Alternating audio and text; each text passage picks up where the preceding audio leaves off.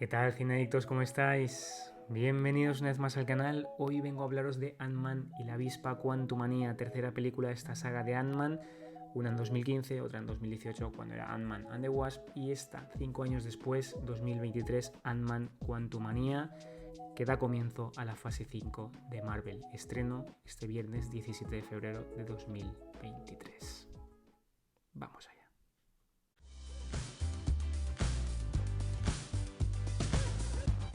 Pues sí, cineadictos, nos adentramos en la fase 5 de Marvel Studios, un tiempo bastante extraño porque había que comenzar muy fuerte, porque en la fase 4 había cosas muy raras, cosas soporíferas, que si el CGI sí, que si el CGI no, pero la verdad es que siendo que ha habido menos cosas en cuestión de películas, porque ha habido muchas series, era todo como muy inconexo, toda la gente como muy harta, ¿no? Es lo que te genera este monopolio de Disney a través de Marvel, de superhéroes en general, que estás harto, pero a la vez te genera pasión. Es como una especie de adicción que te atenaza, ¿no?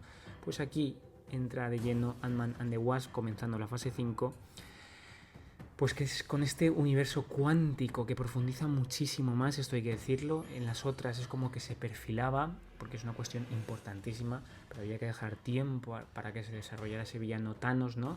Con la importancia justa de ese mundo cuántico, más de las gemas del infinito. Y ahora en esta película nos adentramos muchísimo. ¿Por qué? Porque aparece Kang el Conquistador. Kang el Conquistador, que es uno de los mejores villanos de los cómics. Y la verdad es que chapó, luego lo veremos, un villano impresionante. Nos encontramos de nuevo con Scott Lang, Hope Van Dyne, junto a Han Pym y Janet Van Dyne, que son los padres de Hope, explorando también con la nieta el reino cuántico, donde interactúan con extrañas criaturas, se embarcan en aventuras pues que traspasan el límite de la realidad, de lo que creemos posible, y ahí es donde entra de lleno esa amenaza nueva que es Kang el Conquistador, rey absoluto del mundo cuántico. Y no os voy a engañar, cineadictos, a mí la película me ha gustado, tampoco que me haya caído de culo, que me apasione, que sea una obra maestra, no. Pero es verdad que es un buen comienzo para la fase 5.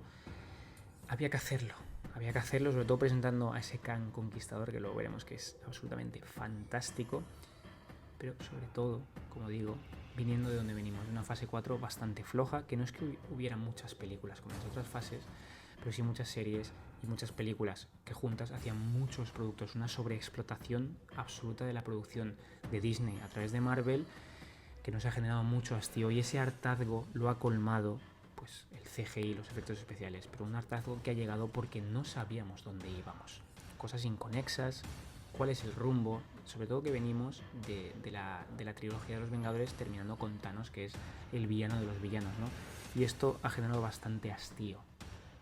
Y os lo cuento así, una de las cosas que más me ha venido a la mente viendo Ant-Man Quantumania es lo mucho que se parece, que me ha recordado por lo menos a mí, a Doctor Strange 2 en el multiverso de la locura, que es uno de los mejores productos de todo el UCM, de toda la historia, y sin querer meter el dedo en la llaga más en este tema, la mejor película de toda la fase anterior, y esto es así, sin necesidad de dar nombres, pero está claro que la cuarta ha sido, pues salvo excepciones, un cúmulo de errores, ¿no? Como estaba diciendo. Evidentemente no soy adivino, no sé si esta película va a ser suficiente para comenzar esta fase pues con toda la pretensión que tiene que recuperar ese poder, pero tiene muchos motivos de peso para demostrar que es un gran comienzo. Empezando por Peyton Reed, que acierta totalmente, es el director de las otras dos películas, y acierta totalmente cogiendo en peso un guión de Loveness, que es el de Ricky Morty, por ejemplo, muy bueno. ¿Es esto posible en Marvel? Pues sí, es posible, y la importancia de dicha escritura es tremenda para el resultado final. Al final, lo que hemos visto en las 2 horas de metraje. Y esto es así, cineadictos, es un acierto totalmente, porque se atreve, porque expande absolutamente ese imaginario que al final es de un niño no tiene límites imaginativos. Pues eso es lo que fue Doctor Strange, la segunda, que te gusta más, te gusta menos, pero es así.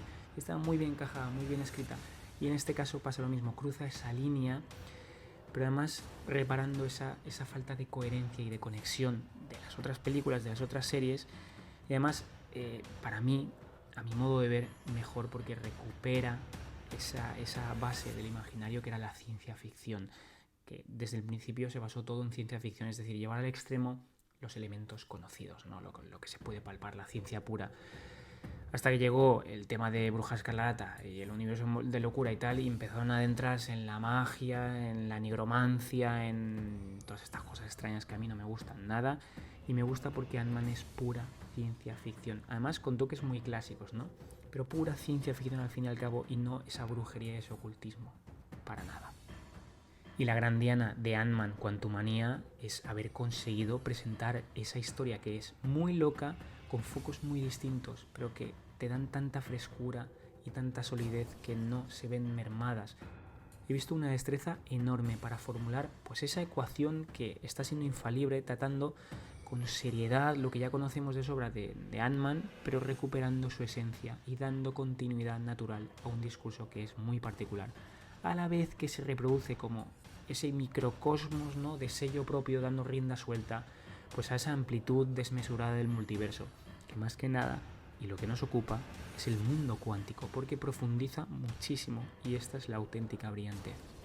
Y esta cinta de Marvel Studios es perfecta cuando une elementos, porque es un vaivén de emociones, para empezar. A través de, pues eso, de incidentes imprevisibles, que los personajes pasan por muchas cosas, salvo momentos más calmados de diálogo explícito que te tiene que explicar las cosas, que esto es así, porque es lo que es, pero los personajes pasan por cosas muy excitantes, una tras otra, una tras otra, una tras otra. Y luego tienes que aceptar ciertas conveniencias, ciertas incongruencias de resultados que sabes, si aplicas la lógica, que no pueden terminar así, en ese choque de fuerzas, pero lo tienes que aceptar. Pero hay momentos brillantes, momentos cómicos, momentos de terror, momentos de perturbación, momentos de alegría, de reconciliación, momentos de mucho humor. Hay momentos que te ríen muchísimo, hay algunos forzados, es verdad, pero también hay mucha emotividad detrás. Es decir, es un constructo bastante notable en general. Y decir que gran parte de la ayuda de todo esto que estoy contando es la interpretación, porque Paul Rudd sigue con ese particular sentido del humor que no hace daño a nadie, que es fantástico, que está más fresco que nunca, está mejor que nunca. Como digo, se adueña del relato totalmente. Evangeline Lilly tiene momentos suficientes de inflexión para dar empaque a ese personaje, ¿no?, que quizá necesitaba más en esta película. Luego Michelle Pfeiffer está perfecta. Michael Douglas sencillamente es Michael Douglas. Y luego Catherine Newton, que es la chica que sustituye a Emma Kane Furman, que es básicamente Cassie Lang, da ese salto de calidad y ese salto de narrativa propia, ¿no?, como futura superheroína. Se estaba pidiendo a gritos, y encima, para colmo, vemos a un Bill Murray que siempre da gusto verlo. Pero la mayor potencia, la potencia absoluta, esa fuerza de la naturaleza que vemos en esta película, que se presenta de manera exquisita, es Kang el Conquistador. Jonathan Majors, que da un empaque, una presencia, un carisma a esa figura siniestra, ¿no? Siniestra, con un carisma muy endiablado, pero que a la vez te engancha muchísimo y tiene una motivación perfectamente construida. Es el rey del multiverso, Kang el Conquistador. Pero es que además hace que sea uno de los mejores villanos, solamente con esta película, de los mejores villanos que hemos visto en el UCM, por supuesto. Ha habido malos, ha habido muy malos, pero teníamos a Thanos, a Bruja Escarlata, teníamos a Loki, el mismo Loki antes de todo este proceso, ¿no? Este Kang nos va a traer muchas alegrías. Y no te voy a engañar, yo esperaba muy poco de esta película, esperaba muy poco de esta fase, sobre todo porque venimos de donde venimos y llega un hastío enorme. No solo Marvel, en general el género superhéroes que disfrutas, como digo, pero a la vez son muy pesados, muy pesados. Disney en general, todo a lo bestia, monopolio, ¿no? Y no, hay que hacer menos cosas y de más calidad. Pero Ant-Man Quantumania me ha sorprendido gratamente, creo que es un buen comienzo y que además siembra esas bases, las planta, esas bases de un villano que es verdaderamente aterrador. A mí me lo ha parecido, me ha gustado mucho. Y espero que os guste a vosotros el vídeo, que le deis al like, que me dejéis en los comentarios lo que queráis sobre Marvel, sobre el director, sobre Kevin Feige, sobre lo que queráis. Me podéis seguir en redes sociales, están ahí abajo, y nos vemos en el siguiente vídeo. Hasta luego.